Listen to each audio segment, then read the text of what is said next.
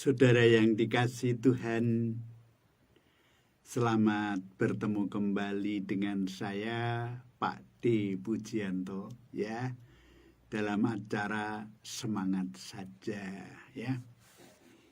Saya harap dalam pertemuan ini saya berdoa supaya yang hadir di sini nanti senantiasa diberkati oleh Tuhan, dilindungi oleh Tuhan, murah rezeki, sehat, dan dalam damai sejahtera dari Tuhan. Itu doa kami, ya. Dan saya terkejut waktu saya WA kepada Ibu Sri Mugiarsih, ya gitu ya. Ternyata tahun 2011 yang lalu sudah dipanggil Tuhan, ya. Ya, beruntung Mbak Miranda memberitahu kepada saya HP-nya belum dihilangkan nomornya, sehingga membalas Ibu sudah dipanggil Tuhan tahun 2021. Begitu ya. Bukan 2011, 2021 ya. Padahal pada tahun-tahun itu seringkali berbincang-bincang mengenai banyak hal. Ya itulah saudara, di dalam kehidupan kita kadang-kadang mengalami apa yang dinamakan cobaan hidup. Ya, untuk Mbak Miranda dan saudara-saudaranya tentunya juga tidak rela kalau ibundanya dipanggil Tuhan begitu ya. Tetapi itulah kenyataan kita di dalam hidup ini, mesti kita kehilangan orang-orang yang dikasihi. Dan untuk itu jangan sampai kita kehilangan semangat, saudara ya. Maka acara kita dalam pertemuan ini adalah semangat saja. Nah, saudara yang dikasihi Tuhan, pada pertemuan kali ini saya mau mendasarinya dari kitab Injil Yohanes, ya. Kitab Injil Yohanes pasal 2 ayat 1 sampai 25. Ya, begitu ya.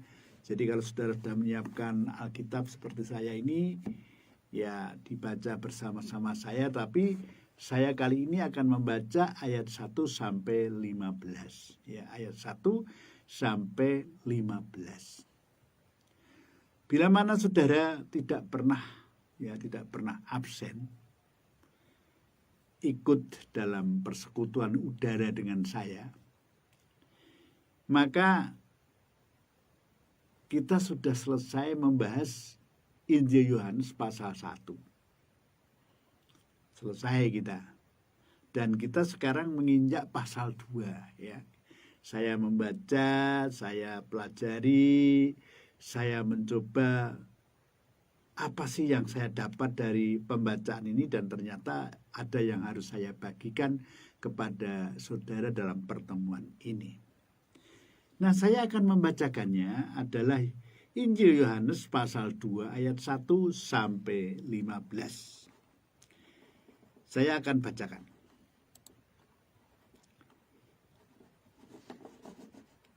Ya, ini ada masalah ya di HP saya.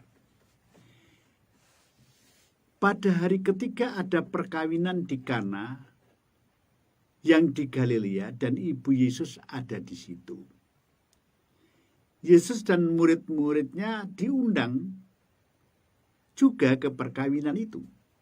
Ketika mereka kekurangan anggur, ibu Yesus berkata kepadanya, mereka kehabisan anggur. Kata Yesus kepadanya, mau apakah engkau daripadaku, ibu? Saatku belum tiba. Tetapi ibu Yesus berkata kepada pelayan-pelayan, apa yang dikatakan kepadamu, buatlah itu. Di situ ada 6 tempayan yang disediakan untuk pembasuhan. Menurut adat orang Yahudi, masing-masing isinya 2-3 buyung. Yesus berkata kepada pelayan-pelayan itu, isilah tempayan-tempayan itu penuh dengan air, dan mereka pun mengisinya sampai penuh.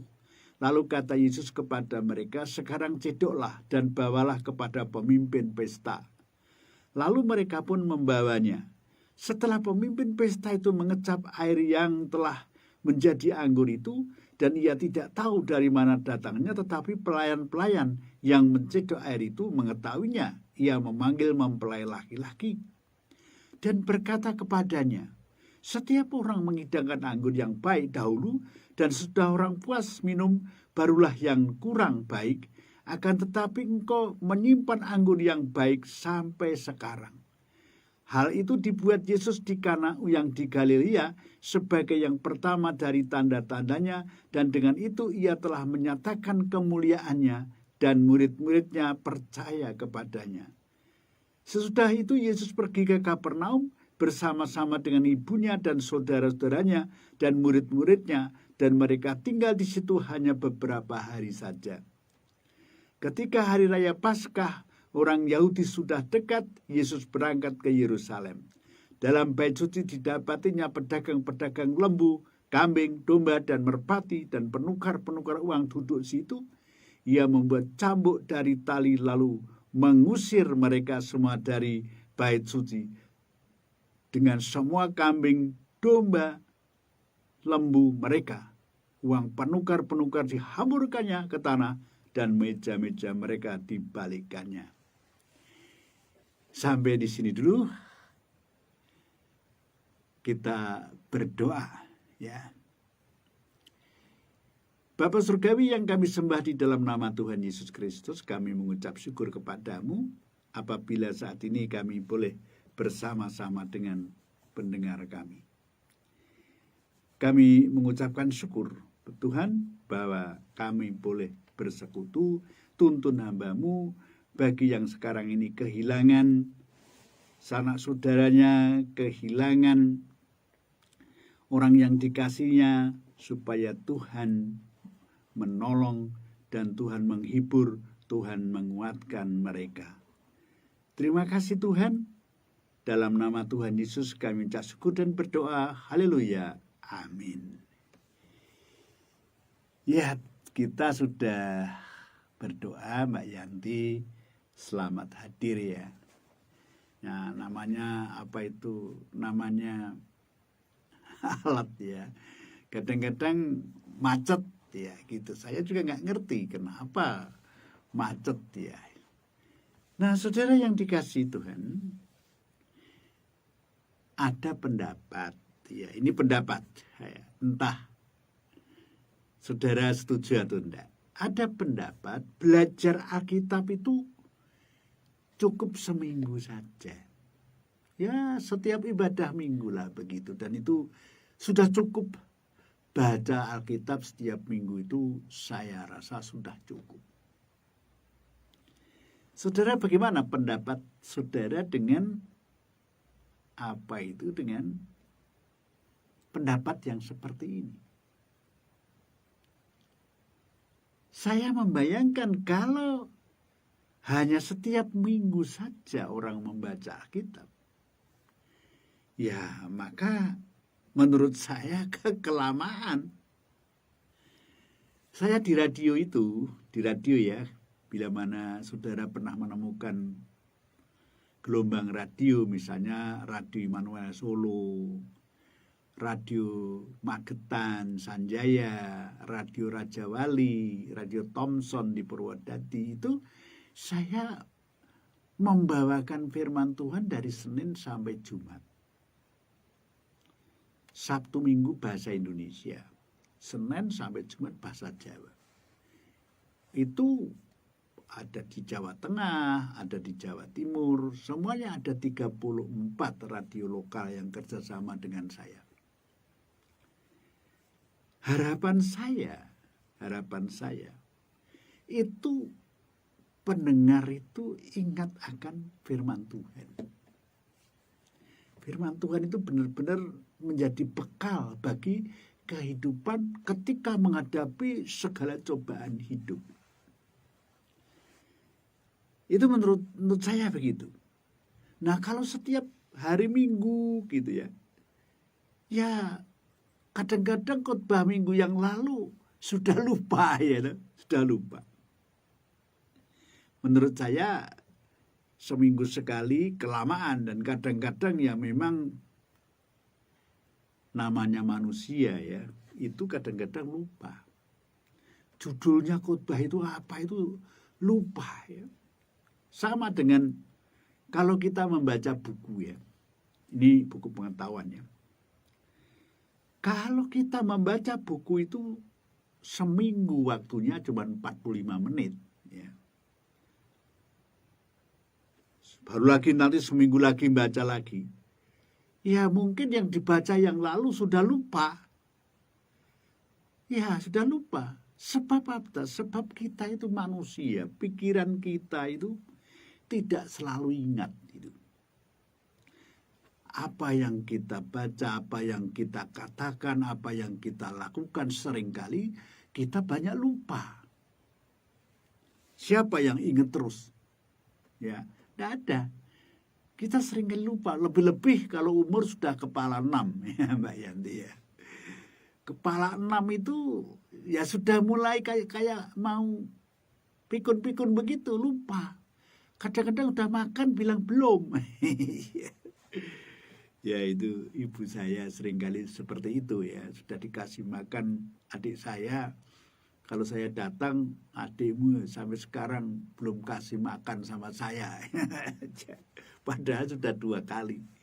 Nah saudara, itulah kenyataan-kenyataan yang dihadapi manusia. Jangankan sudah tua, yang muda pun seringkali lupa. Saudara, contoh ini, contoh sederhana. Apa yang saya baca di jajah Injil Yohanes ini, apa yang saya baca Injil Yohanes ini tadi ya. Misalnya Anda hanya mendengar saja, tidak ikut membaca, tanpa mencatat. Mungkin ada beberapa hal yang lupa, yang hilang dari tangkapan. Nah sekarang kita coba simak. Pada hari ketiga, ada perkawinan di Kana yang di Galilea, dan ibu Yesus ada di situ. Pertanyaannya, kok hari yang ketiga? Menghitungnya dari mana? Bagaimana konteks ayat ini? Apa dimaksud termasuk suatu peristiwa? Ada pertanyaan-pertanyaan yang seperti ini. Ibu Deborah, selamat datang ya. Tiba-tiba pada hari yang ketiga, menghitung dari mana ini Yohanes ini kok tiba-tiba bilang hari yang ketiga. Nah, yang pertama coba kita melihat waktu, saudara. Saya memperkirakan bahwa hari yang pertama itu ketika para imam dan ahli Taurat itu bertanya, siapakah Yohanes Pembaptis itu? Para ahli Taurat utusan ini kepada Yohanes Pembaptis tanya, sebetulnya Anda itu siapa? Ini hari pertama menurut pikiran saya. Terus yang kedua, ada perubahan hari, yaitu di ayat 29 sampai 34. Itu bisa dikatakan hari yang kedua, itu menurut saya. Terus yang ketiga apa? Selanjutnya ayat 35, ayat 42. Di situ ada perubahan hari. Ini bisa dikatakan hari yang ketiga. Saudara, memang kalau kita membaca Alkitab itu sedikit banyak harus tahu konteks-konteksnya. Ya, kalau tidak nanti kita bisa keliru menangkap gitu. Nah sekarang kita melihat tadi dari segi waktu. Nah kita melihat dari segi tempat yang dilalui oleh Tuhan Yesus. Karena kita ini tempatnya jauh dan waktu kita itu ribuan tahun, saudara. Maka kita jujur tidak bisa membayangkan mana-mana yang dilalui Tuhan Yesus. Coba perhatikan. Hal itu terjadi di Betania yang di seberang Sungai Yordan, di mana Yohanes membaptis. Itu bisa dibaca di dalam Injil Yohanes 1 ayat 28. Pengertian yang saya tangkap, kalau mesti kita melihat peta, Ya, peta itu di Alkitab sebelah belakang ini ya. Sebelah belakang ini ada peta ya, peta. Maka kita akan melihat keseluruhan negara Palestina, daerah Palestina. Kalau kita membuka peta itu kan gini, yang di atas itu utara, yang ke kanan itu timur, yang kiri itu barat, yang bawah itu selatan, kan seperti itu. Cara pemahamannya waktu saya di SD dulu itu seperti itu. Nah, buka Palestina kita baru melihat gambaran, oh Tuhan Yesus ke sini, Tuhan Yesus ke sini, seperti itu. Nah, lantas kita menemukan dekat Yerusalem itu ada Betania. Nah, di Betania inilah, di kota kecil, ya, itu Yohanes Pembaptis melayani Tuhan. Jaraknya dengan Yerusalem tidak begitu jauh. Ya. Tuhan Yesus dibaptis di Betania ini. Bukan di kota Yerusalem, tapi di Betania ini.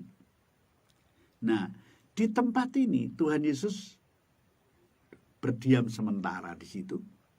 Setelah itu Tuhan Yesus melanjutkan ke Galilea. Nah, antara Betania ke Galilea itu jaraknya 150 km. Jauh jadinya. Pada zaman itu jalan kaki, saudara ya.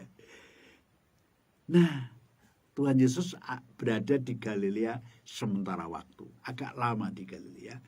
Nah, sampai kepada ada orang hajat di Kana. Nampaknya yang punya hajat itu masih saudara dengan Ibu Yesus, Maria. Karena apa? Ibu Maria ikut di situ dan bukan sebagai tamu, tetapi sebagai penanggung jawab. Adanya pesta itu, kalau zaman sekarang semacam panitia begitu ya, panitia perkawinan. Ya. Saudara, selanjutnya Tuhan Yesus pergi ke Kapernaum. Ini ayat 12. Di Kapernaum Tuhan Yesus tinggal beberapa lama, baru setelah itu pergi ke Yerusalem. Nah, saudara, dari apa yang saya utarakan ini ada hal yang penting yang perlu diperhatikan. Ya, setelah saya cerita-cerita ini ada yang perlu diperhatikan. Yang pertama, peristiwa di mana Tuhan Yesus mengubah air menjadi anggur. Ini yang penting, yang mau diutarakan. Yang kedua, peristiwa Tuhan Yesus menyucikan bait Allah. Jadi bait Allah dipakai berdagang ya, tukar uang dan sebagainya. Ketika itu Tuhan Yesus mengusir semua ini. Yang ketiga, perkataan Tuhan Yesus yang akan membangun bait Allah itu dalam 3 hari. Nah, mari kita menyimak hal-hal yang terjadi. Ayat 1, kita ulangi lagi ya, pasal 2 ayat 1 ya. Pada hari ketiga ada perkawinan di Kana yang di Galilea dan Ibu Yesus ada di situ. Tadi sudah saya singgung bahwa Maria, ibu Tuhan Yesus, masih ada kaitannya saudara dengan yang punya hajat. Kenapa? Saya katakan begitu karena ketika orang yang punya hajat itu kekurangan anggur atau kehabisan anggur, dia datang kepada Ibu Yesus. Kalau tamu kan tidak mungkin. Orang bertamu kepada punya hajat tiba-tiba didatangi yang punya rumah, suguhan saya nggak ada, gimana caranya? Ya, tidak mungkin kan. Pasti Ibu Yesus adalah orang yang cukup penting di dalam hajat itu. Mengatur keluar masuknya makanan. Nah, ternyata tidak tahunya anggurnya habis. Pada zaman dulu itu namanya anggur itu suguhan yang paling utama. Nah, merenungkan tentang pernikahan, saudara, pada zaman dulu perjodohan itu adalah dijodohkan, ya.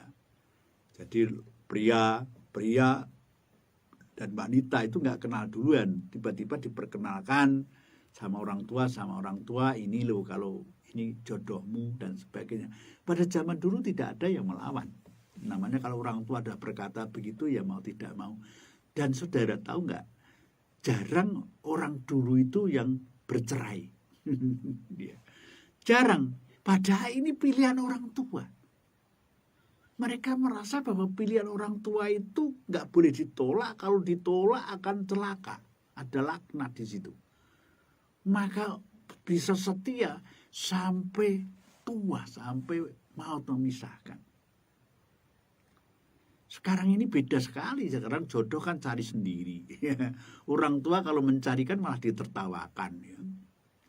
Kalau bapak cari ya untuk bapak aja, jangan untuk saya. Ya, saudara. Nah, zaman dulu di adat Jawa ini, saya orang Jawa ya, adat Jawa itu kalau sudah ada ikatan, diikat dulu namanya peningset, itu harus setahun. Jadi yang laki itu ngenger dulu, ada di tempat perempuan, kerja di tempat perempuan itu selama 1 tahun, dan yang perempuan yang akan dijadikan istri itu melayani makannya, melayani nyucikan pakaiannya, jadi saling mengenal selama setahun. Tetapi sekarang bagaimana? Saya waktu itu masih pernah mengalami, melihat bagaimana ketika lamaran itu juru bicara satu dengan juru bicara dua itu memuji-muji. Ya, misalnya saya wakil laki-laki, saya memuji-muji calon pengantin laki-laki ini, kerajinannya bekerja, sudah punya gaji, belum punya istri, masih ting-ting dan sebagainya. Saya akan puji-puji. Demikianlah yang juru bicara perempuan. Terus akhirnya saling tawar-menawar. Bagaimana kalau tali itu untuk mengikat itu sekian juta gitu misalnya gitu. Wah, ini ramai sekali. Saya lihat indah sekali. Jadi pernikahan itu ada harga nilai yang sangat tinggi ketika itu. Apakah sekarang tidak ada nilai ya? Sekarang tidak ada upacara-upacara begitu. Saya jarang ya jadi wakil, baik wakil pengantin laki atau perempuan ya sudah lamaran. Biasanya lamaran sekarang tukar cincin, nanti besoknya sudah diberkati pernikahan pesta ya. Ya, tetapi ya kalau orang Kristen jarang yang cerai ya. Nah, ya, tapi ada juga ya. Nah, beda sekali ya. Nah, rupanya orang yang hajat itu memang bermasalah seperti yang tadi. Saya pernah, saudara, itu tetangga saya, undangannya banyak, ternyata masakan yang perlu disuguhkan, wah habis gitu loh. Entah habis atau bagaimana, saya tidak tahu karena banyak tamu yang datang antri untuk makan, tidak ada yang harus dimakan. Wah, panitianya ya sudah kayak apa. Akhirnya yang punya rumah itu saya bisiki, ya sudahlah, kasih tahu sama tamu-tamunya terima kasih sumbangannya. Tetapi kami tidak bisa menyuguh karena ya memang keadaan seperti ini, begitu aja di loudspeaker itu, di salon itu.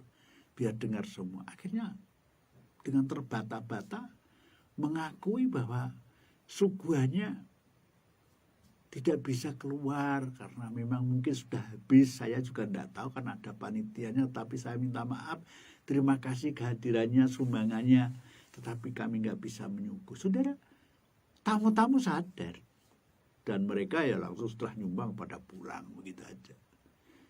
Nah, saudara, ini bagi saya itu kesadaran yang luar biasa para tamu itu. Ya entah di belakang berkata apa, tetapi lebih baik memang harus berkata terus terang. Nah, setelah ditelusur, saudara, rupanya ada permainan di sini. Ya, saya tidak usah cerita di sini. Ada permainan yang dijadikan panitia ini. Nah, saudara, ketika kembali ke Alkitab kita, ketika ada masalah yang punya hajat itu, maka Maria langsung, saya baca ayat 3-4, pasal 2. Ketika mereka kekurangan anggur, Ibu Yesus berkata kepadanya, di sini Tuhan Yesus, mereka kehabisan anggur. Kata Yesus kepadanya, mau apakah engkau daripadaku Ibu, saatku belum tiba. Saudara, Ibu Yesus tahu siapa Yesus karena memang ibundanya, jadi Saya pokoknya serahkan ke anak saya, pasti beres. Saudara. Jadi kalau saya memperhatikan dari sisi ini, Ibu Maria atau ibunya Tuhan Yesus ini belum menyadari bahwa Tuhan Yesus itu sudah ada perubahan. Berbeda ketika masih kecil, masih remaja, di bawah lindungan Bu Maria. Tuhan Yesus sudah dewasa dan tidak bisa disikapi seperti zaman masih kecil yang menginjak remaja. Saya pikir ini kelemahan banyak orang tua. Anaknya ketika sudah dewasa tidak dianggap sebagai dewasa, dianggap tetap sebagai anak kecil. Sehingga setelah sudah menikah apapun dinasihati seperti anak kecil. Kadang-kadang bikin ketawa. Mudah-mudahan saya tidak, karena anak saya kalau udah berkeluarga ya harus pisah dengan saya. Supaya saya tidak terlalu banyak mencampuri urusan rumah tangga anak saya. Karena saya dulu ketika menikah juga saya tidak mau diurusi orang tua saya tidak mau diurusi mertua saya. Saya harus mendidik anak-anak saya sendiri menurut cara saya, pemahaman saya, keyakinan saya. Nah, ibundanya Tuhan Yesus itu rupanya tidak menyadari perubahan. Tuhan Yesus sudah punya murid ketika itu. Tetapi masih diperlakukan sebagai anak yang mesti harus nurut perintah ibunya. Ya gitu ya. Nah, yang luar biasa ini ayat 5 ini. Tetapi Ibu Yesus berkata kepada pelayan-pelayan, apa yang dikatakan kepadamu, buatlah itu. Saudara, seolah-olah di peta kompli ini Tuhan Yesus. Udahlah, pokoknya aku bilang begini pasti Yesus akan melakukan sesuatu. Jadi seolah-olah Maria memaksa Tuhan Yesus. Apa yang bisa kita pelajari dari sini? Orang tua itu saudara, saya dan saudara sebagai orang tua, jangan suka memaksa anak. Ya kalau kamu nggak nurut, kamu nurut istrimu atau nurut aku, orang tuamu. Istrimu itu kan hanya mau enaknya saja. Loh kenapa?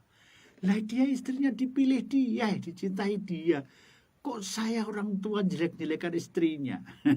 Ya. Saudara, tidak bisa begitu. Ya sudah, silahkan kalian rembuk berdua. Masalahnya seperti ini, saya sebagai orang tua ya menghargai apa yang jadi putusan. Itu orang tua seperti itu. Kalau sudah rumah tangga, sudah dewasa, ajarilah untuk mengambil keputusan sendiri begitu.